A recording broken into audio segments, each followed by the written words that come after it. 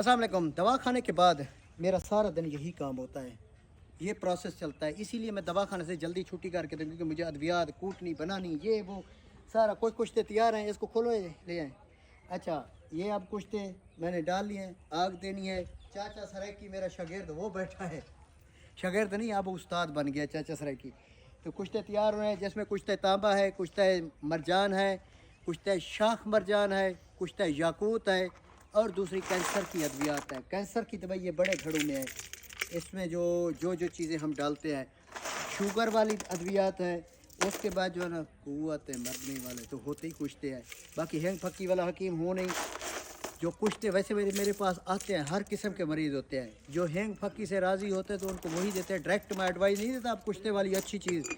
लोग ख़ुद मुँह से बोलते हैं भाई फक्कियाँ नहीं कुश्ते, फिर उनको मैं कख देता हूँ जो कि पूरी ज़िंदगी पावर में रहें। तो कैंसर की दवाई तो वैसे भी आपको पता है, यही कुश्ते करते करते मैं कैंसर की अद्वियात तक पहुँचा हूँ। हमारे बुज़ुर्ग भी पहुँचे थे। तो आज अल्हम्दुलिल्लाह मुझे 16-17 साल हो गए कैंसर की दवाई चलाते हुए। तो 90% लोग ठीक हुए। 90%, 100% नहीं होते, 90%। क्योंकि 100% तब होते कि 100 का 100 बंदा ठीक होता। जिसमें मेरे पास आते भी वो लोग आए जो डॉक्टरों से ला इलाज होते हैं।